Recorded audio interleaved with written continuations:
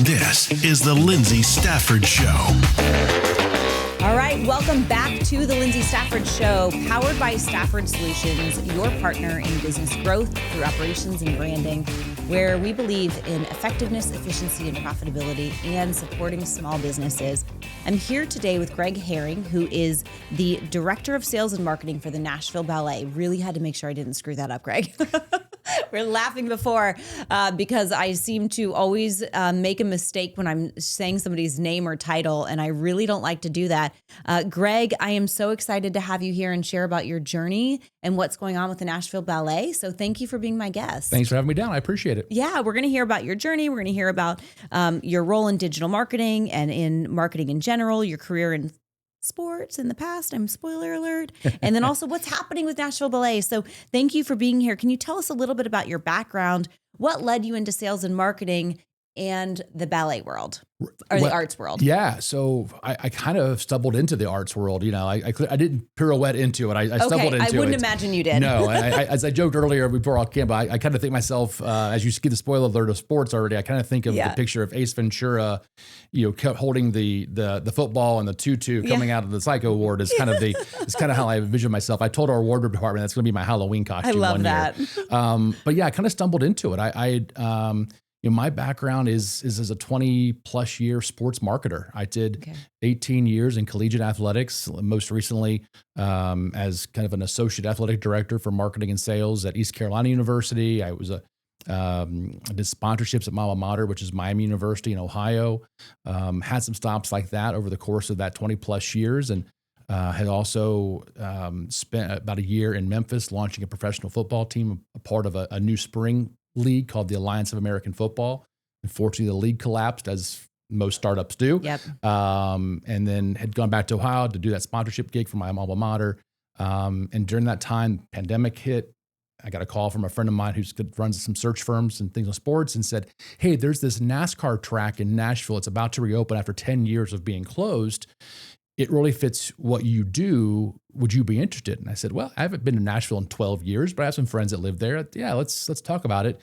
And so that's how I got to Nashville. And so I came here almost 5 years ago. We opened the track. We ran two successful seasons. And during that time, we got bought out by a bigger operator. And so I always say we got bought out and I got put out. Yeah. They wanted to bring their people, their philosophies in, and I understand that. And so spent a year working for a healthcare company that still runs, healthcare conferences for various lines of hospital administration. Mm-hmm. They needed some startup stuff done, and I'll get to that in a second. But I did that for a year, and I just missed the live entertainment portion. You know, what I do best is sell tickets, create memories, build brands, and do those things. And so I just was looking at opportunities, and I happened to see Nashville Ballet on Indeed one day, and I went, didn't know we even had a ballet. And so let me look at that. And so it's been an interesting ride. It will be 2 years, April 1. The connective tissue about my journey from my very first job out of college to now is I always say that I'm a builder, a fixer, or a starter. You know, every job I've gone into has required me to fix one aspect of the job, fix the whole department, fix, if for sports, it's game day atmosphere, whatever it might be, build a team from scratch. And even within those different stops, I mean, I've lived in 9 states in 25 years now. And amongst those stops, I also was a professor for 2 years full time. And even that was hey, would you start a class that's never been taught before, and you've never been a professor? Yeah. And so I've now taught 2 different classes that have never been taught and built them from scratch. And so that just tends to be that tissue is like, that let me try it and let me come in and figure out how to make things better and improved. I love that. Yeah. I remember now that you went to Miami because that was the school my mom really wanted me to go to, Miami Oxford. So that was like, we didn't visit a lot of colleges, but we did visit that one. The campus is just Oxford, Ohio, and Miami University is absolutely beautiful campus. It's a mile square. I grew up about a half an hour north of campus. So that campus was like where I went to, like for any research projects, I went to the library, or my high school prom was always in the student center there, and all these different things. So I kind of went there, and I at first said I didn't want to be another student. There's usually 8 to 10 people that from my school that went there, and I'm like, I'm not doing that. And I looked all the way 5-6 hours every direction for colleges, and I just came back to, it ended up coming back to Miami based on beauty. And I changed my major during that process of what I wanted to major, and that then I could do it at Miami. And so don't look back. It's great. I'm actually I'm involved here with the Nashville alumni chapter. Cool. And big proponent of their sports. Yeah, that's very cool. Yeah. Well, let's talk about how does marketing a live entertainment organization like Nashville Ballet, how's it different than more traditional areas or even a professional sports team?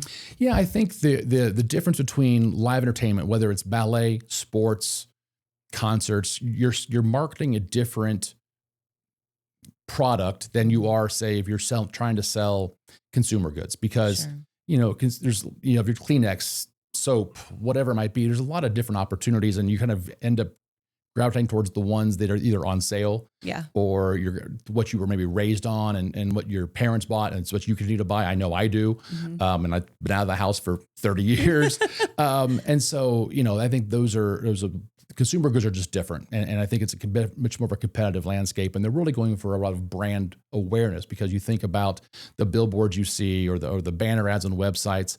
For me, live entertainment, whether it's sports, ballet, you're now asking people to use discretionary income. And so people are very selective. In a town like Nashville, there's a lot of choices, lots of choices. And so you have to stand out from the rest. You have to create a value proposition that makes you more valuable than them spending the money on something else. Yeah.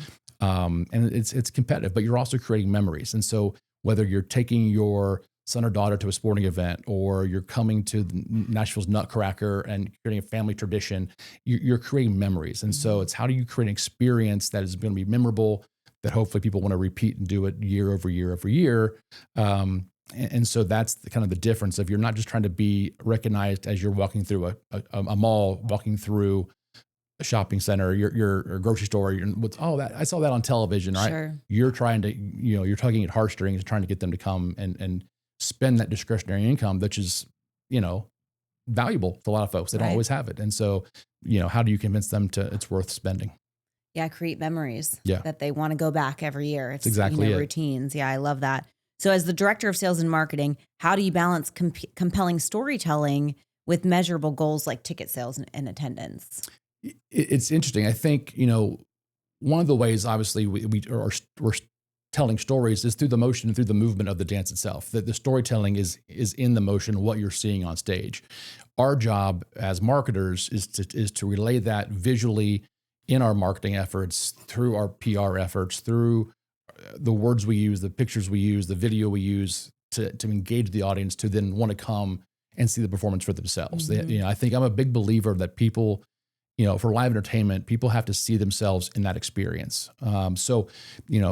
Whether it's, I did a campaign years ago with actually one open seat for a football stadium.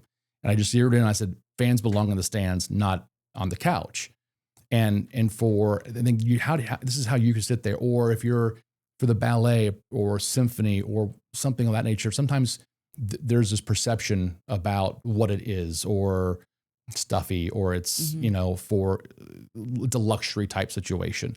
And so how do you bring it down to a level of, I can do that. I see that opportunity, how they could use those tickets. And so we did a video for Nutcracker this year, was kind of a point of view video of, this is the lobby experience. You're going to come in, you're going to see this. It takes the scariness out of I'm going to walk into TPAC and not know.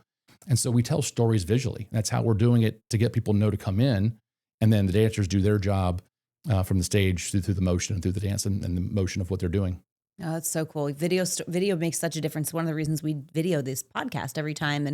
And Jim, I'll plug him. My podcast producer does great video content. And when we work with any business partner that we're, rebranding or doing their website or any of the stuff that we do, we use his video services, and you got to have video. Yeah. Video it tells the story differently, right? They've said for years, content is king. And now the content is really visual and in a medium of dynamic. People want a clip, but they want bite size, right? Yeah. We talked about this. The podcast is only a certain length of time, or they want the clip that you can snub out and put on social media that's less than a minute long. That they just the bite size part of it. And so, those are things we keep in mind as well of how we engage different constituent groups, because we know that traditionally those who support the arts are a little older demographics, and so we have to look at how do we engage younger audiences? How do we get people the young professionals out, or even, to start following that and be a patron of the arts.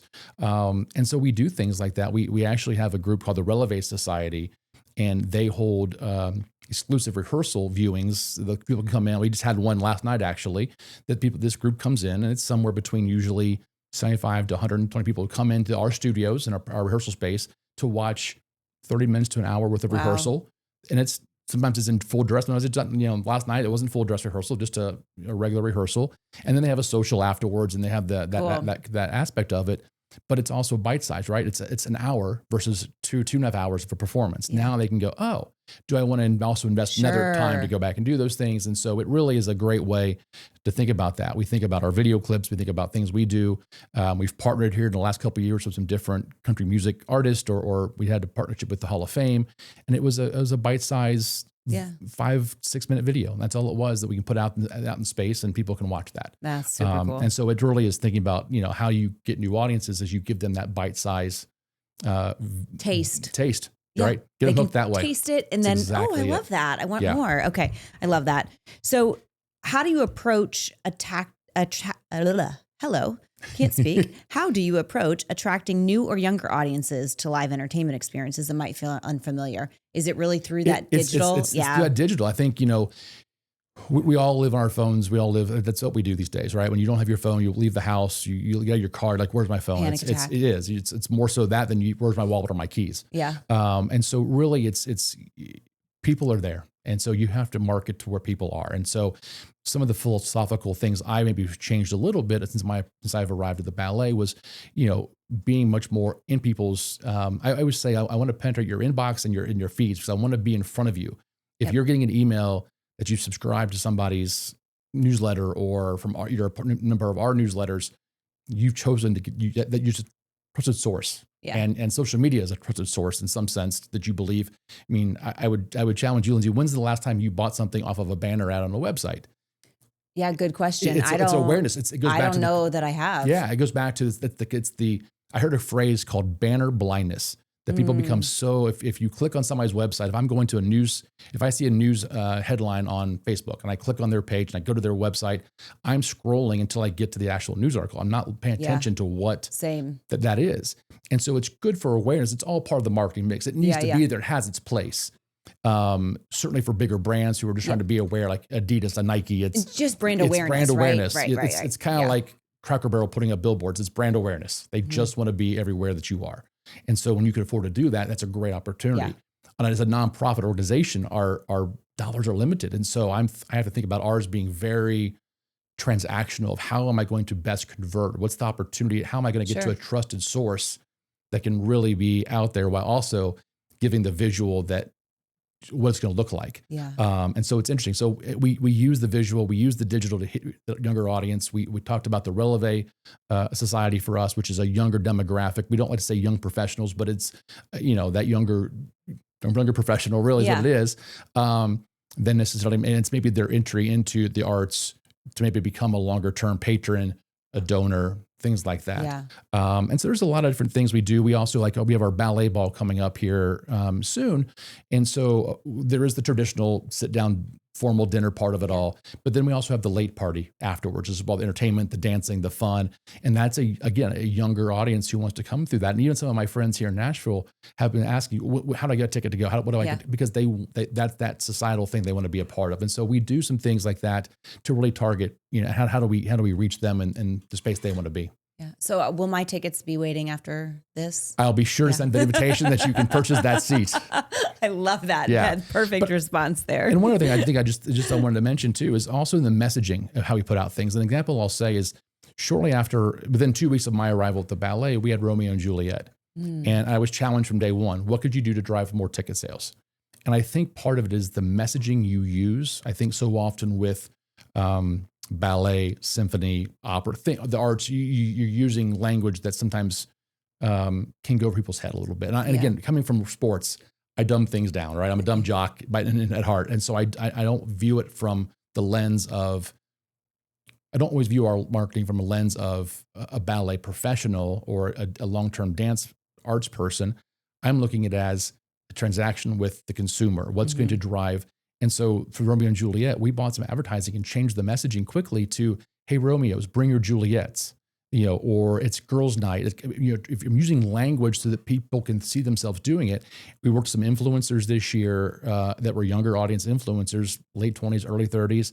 And they talked about great for girls' nights and want to bring my friends. Yeah. And we garnered unbelievable growth on social media channels and the engagement through those 8 influencers we used. And so those are some of the tactics that we have to use if we want to get people thinking that it's an option for them in the Nashville space, because it's so many things of concerts and sports and restaurants, and there's so many opportunities.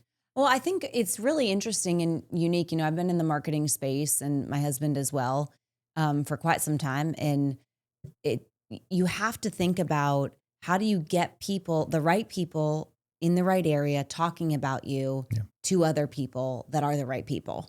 And that's like what it comes down to, because when you get the right people talking about it, that is the power of that is so much more than just one person hearing about you or one ad being placed in the right spot. It's about, how do you spread that word like wildfire? And it's so fun with all the resources we have now to try new and different things. I recently heard that ChatGPT is going to have advertising on it now. I had not heard that yet. Yep. And I've heard it more than once in a couple of credible places. So I don't think it's a lie. I think it probably makes a lot of sense for them. But it's an interesting world. So how closely do you work with the artistic and production teams, and how does that collaboration shape how the experiences are positioned to audiences? Yeah. So Nick Mulliken, our CEO, our artistic director, he is setting the season. He's setting the vision he has, which is one of the things I'm most excited about moving forward. He's been with the organization for over 10 years, but just in his role now for a couple. And so the growth of what he's seeing, taking us to the next level, is fantastic. But he sets the program. He sets the vision based on the incredible world-class artistry we have in the studio. The dancers are incredible, and what his vision is in terms of what Nashville will support and how that work can support other things that may be a little more challenging artistically or vision-wise. But to working with them for me is really important because I have to lean on them for some of the verbiage and the history and the knowledge, because I don't have that knowledge, right? We just had a photo shoot for our upcoming season. And I jokingly said, if you told me to go run a photo shoot for any sporting event, I could go run a football photo shoot, a NASCAR. I could go do that. I've done that a million times, but to understand what goes into a photo shoot for ballet and the positioning and the artist, I have to lean on them because that's really part of it. So, I don't get to dictate. If I got to dictate what we were putting on stage, we'd be selling, everything would be, classics and storybooks and everything, all the words of the Cinderellas, the Sleeping Beauties, do all those. But that's not what the art itself lends itself to do, and the challenges there. And so I really lean on them, and the work we worked collaboratively on helped me understand a little bit more. Like I just sat for a little bit yesterday watching rehearsal, and Nick walked in, he goes, "Look at you watching rehearsal." I'm like, I don't sure what I'm seeing, but we sat down. He's like, "Okay, what you're seeing here," and he explained a few things to me, and he and I really hadn't done that in a long time. And so it was just kind of nice to hear about our upcoming performance and what the dancers on that stage were experiencing. And so very collaboratively, they lean on me because what we're doing for ticket sales and bringing in record revenues right now in the last couple of years are supporting the day-to-day operations. Sure. Yeah. Making a better experience and better talent available and, all the things. But I imagine that's pretty cool to be able to learn about what you're promoting when it's a whole new space, and it gives you this, I would guess that watching a rehearsal sparks some new ideas and thoughts for your role. Yeah. Because you're learning new things. Well, and it's also, now I'm also personally following other dance companies or ballet companies, and I'm looking at other things differently.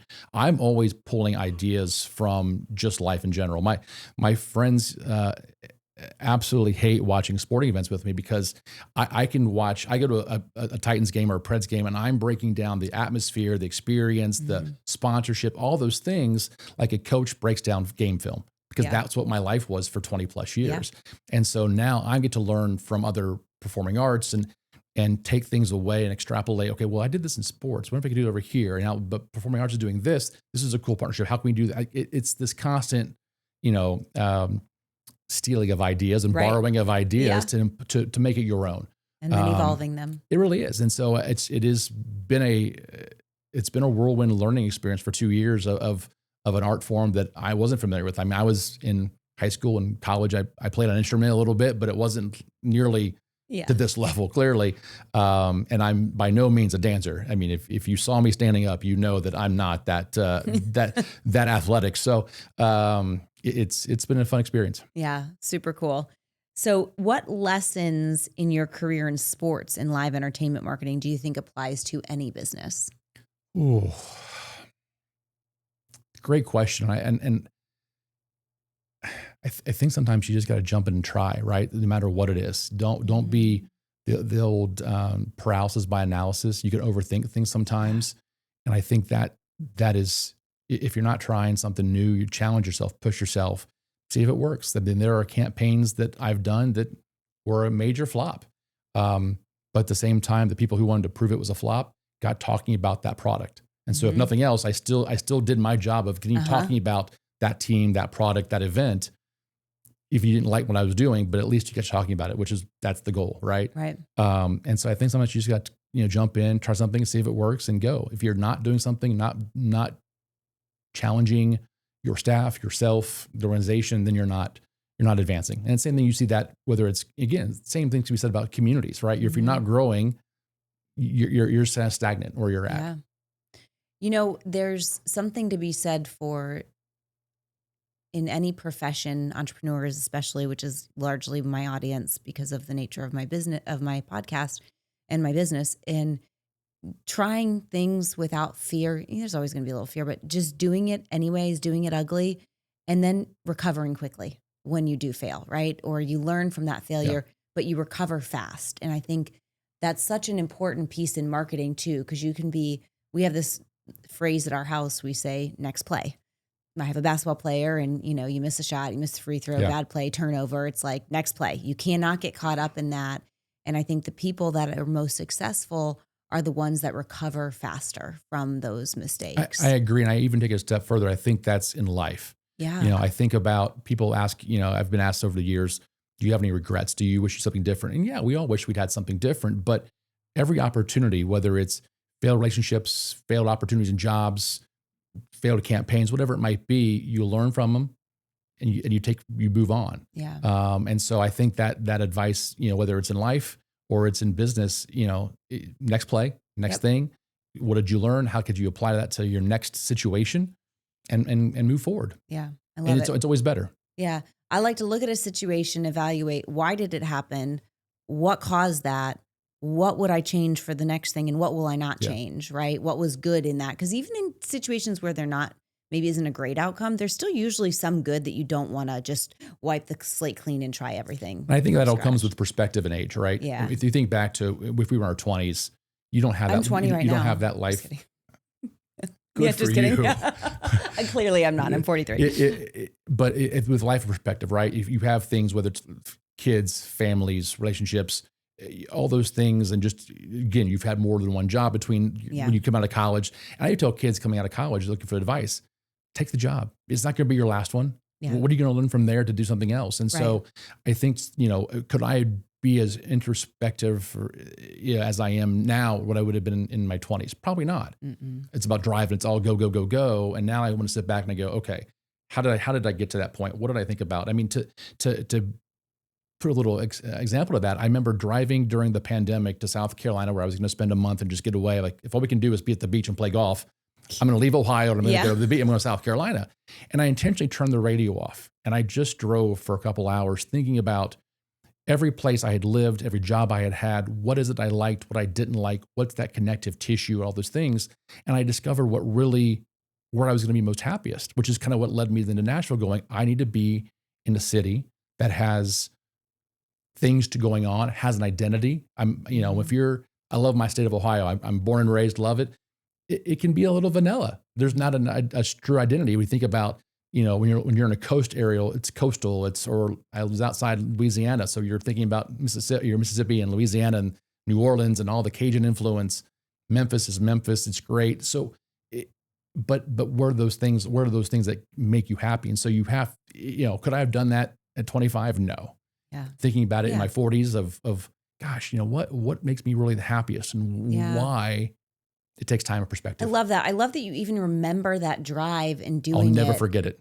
Because it's so intentional with that. And I think it's something that's missing for a lot of people, not a drive with 2 hours of silence per se, but reflection, period. Just reflecting before I move forward with something. What am I doing differently? I teach partners that I work with, and I've coached probably thousands of people at this point, the quarterly reflection time before you move into the next quarter, not just about your business, but about your life. What is going well? What do you want to change? What's resonating with you right now? And I think so often people are just moving so fast, they don't reflect. Yeah. And it makes you powerful as you move forward when you reflect. So I really love that. And you don't need New Year's resolutions to make that reflection time. You can do it quarterly, any point, and might happen to be Memorial Day weekend of 2020, driving to South Carolina. And I'll never forget that drive that's when it clicked for me as what had made me happy in my jobs or in my locations I'd lived. Well, we're in such a tech world. Everything is like available immediately. This Amazon Prime, Snapchat, everything is like right there at our fingertips. And it makes you feel like you need to run that fast all the time. Yep. And my husband's really good at slowing down and being like, we just need to like just be. And I'm not. I'm like go 100 miles an hour. So I've had to schedule in those times to reflect, right? But you move so much faster ultimately and in the right direction when you have that time to reflect. Yeah. So I love that you shared that. And I would challenge our listeners, when's the last time you turned off the noise and just sat and just processed about a specific thing? I guess that's kind of meditation, right? About a specific thing and just kind of decided, where's that going to take me? So I love that, Greg. Okay. My last question for you. What excites you most about how Nashville audience are engaging with live entertainment and where it's headed next? I think it's interesting. Having moved here just at the tail end of the pandemic and seeing things really reopen and come back to life. In fact, being at the NASCAR track, we were the first full audience sellout event in the state of Tennessee and in NASCAR. Wow. And so we were really on that front end of the coming back to life. And so you've seen everybody grow. Now, I think what I've seen a little bit of is across every industry is that season tickets, the concept of season tickets, the Titans, Preds, whoever, everybody across sports, not just in Tennessee, but across live entertainment has seen a little bit of a dip in those tickets because people are really more in the moment. Hey, I want to go do this week, and I'm going to do this next week, and I'm going to go do this. So in Nashville alone, we see our heaviest ticket buying in the last 2 weeks before a show. Oh, wow. Because people are waiting to see, what are my kids doing? Yeah. What's the weather? It's true. What other concerts in town? What artist is going to pop up? Can I get a better, cheaper ticket somewhere else? Is there a sporting event? Like, all these things come to fruition in those last 2 weeks, and people make those decisions for buying. And so that's interesting in Nashville that we have that late buying. And again, I've said this, and others in town will tell you the same thing, that we are really a late buying town because they're always looking for what's the best, what's the next, what's the thing I want to go do. There's so much to do in this town. What we're excited about is certainly the growth of the ballet. Having seen some all-time record revenues and ticket sales in the last couple of years, our all-time tickets distributed in the last couple of years are up. So we're seeing people come back to the theater. We're seeing people make a choice to spend their dollars and time with us. We are heavily engaged in the community. We're doing over 200 events within the community through libraries and schools and partnerships, whether it's in their space or having them come to ours. We had a group today actually in our studio watching rehearsal this morning before I left. And so we're so engaged there. We have always done a kind of a field trip matinee for kids to come in and watch the Nutcracker. We had to double it this year. We had 2. And so the growth in the community of people wanting and looking for that inspiration and uplifting through art has been phenomenal. And I think then you think about the program, as I mentioned earlier, Nick's programming is really giving audiences kind of what they're looking for, while also then at the same time challenging them to say, hey, you might not know contemporary work, or you might not know this mixed rep pieces, but come see this great artistry and come see what it can do in terms of messaging. He actually created a piece last year and debuted it that talked about addiction. And so now we were able to create community conversations. We had 3 different conversations in the community talking about addiction and then translating what that all means for you individually, and seeing it displayed on a stage in a visual medium was pretty powerful. Yeah. And so I'm just inspired by the opportunities that we are creating for the community, whether it's in a space of a performance or a rehearsal or just a story time we go do for the libraries. I love that. What's coming up next for Nashville Ballet? Now we're in February right now. I don't know when we'll air this, probably end of February, beginning of March, 2-3 weeks-ish. Well, if depending on launch time, we do have Swan Lake coming up, a classic, obviously, that everybody knows that is kind of the iconic ballet that everybody knows. It's the 27th of February through March 1st. We do have that coming up at the end of the month into March. A week later, we then have our ballet ball, which is our largest, most important fundraising event of the year, our Black Tie Gala. And then we end our season May 1st through 3rd at TPAC with Sherlock, which is a world premiere. It's a brand new production that we and 2 other ballet companies across the country went in together with a choreographer to create. And so we're hosting it, the final leg of it. And so to come in, again, you kind of know that classic Sherlock tale. Yeah. There's some multimedia that's included in the production. So it's going to be a unique piece. And so that's kind of a mixed rep. It is Sherlock, but we also have some other pieces we're going to put in, some of the world premieres. So it's kind of a mixed rep work. So it's unique. That same weekend, then we'll also launch what we're doing next season, which I can't give any spoilers, but would certainly encourage people to try to get out yet this year, see some things, get that taste for next year, and then get hooked for that. Awesome. And then I assume we have the Nutcracker every year. Every year we have our Nutcracker. This last year it's only grown. We used to be a 14 production, then it went to like 16. Then it went to, my first year was 19. This year we had 21. Next year will be 20 or 21 again. And so we'll look at, this past December holiday season, we launched and opened up the weekend of Thanksgiving. We went through Christmas and the unbelievable response by being able to have family activities do those 2 weekends. And so likely we would probably do that again, but the response, I mean, we did 31,000 people 2 years ago and 30, almost the same number this year. That's incredible. And so it's just the number of people who respond and come out to those performances. It really has become a tradition in Middle Tennessee. I mean, 80% of our attendees for Nutcracker are from Middle Tennessee. The other 20% are probably, there are some tourists, but it's going to be families of kids. We have 200 youth from throughout the community, from Lebanon to Franklin to in Nashville, who come and are part of that production to create 5 different casts of kids that come out on stage, a part of that. So you think about the sheer power and numbers, in addition to our dancers, it's incredible. Super cool. I love what you guys are doing. I love real life, be present where you are right now. It's not a screen, it's people, it's interaction in this world of entertainment, in this city that's a hub of entertainment with Nashville. And I love what you guys are doing at the Nashville Ballet. It allows you to come in for a 2-hour performance and yes, you might know the story of Swan Lake or Nutcracker, but because what you're seeing on stage, that moment will never be the same the next performance. It's every moment is different on stage. You can never have the exact same replication of who and what on that moment. And it also allows you to interpret it for yourself. What are you seeing? What are you envisioning? And how do you interpret that based on what you already know? Yeah. I love it. Where can we find you? Where can we find ticket information and information about what's going on in the Nashville Ballet? Very simple, NashvilleBallet.com. Come find us. We're on all the social media platforms, which have taken off over the holiday season thanks to those influencers a little bit. And so come see us. Everything is there. If you can't remember, NashvilleBallet.com, TPAC's website as well is always a link to us, as that's our home for performances. Awesome. Greg, thank you for being here. This is awesome. I can't wait to see what else is next for you guys at the Nashville Ballet. It's a pleasure having you. Thank you all of our listeners and viewers for being a part of the Lyndsay Stafford Show, powered by Stafford Solutions, your partner in branding, operations, business growth, where we believe in efficiency, effectiveness, and profitability and helping small businesses to succeed. If you found value in this episode, check out Nashville Ballet. Go see a show. Get your family and friends out to do something exciting in the community and experience the power of that. There's nothing like a live performance. You can, if you found value, like, share, comment, rate, and review. Thanks for tuning in.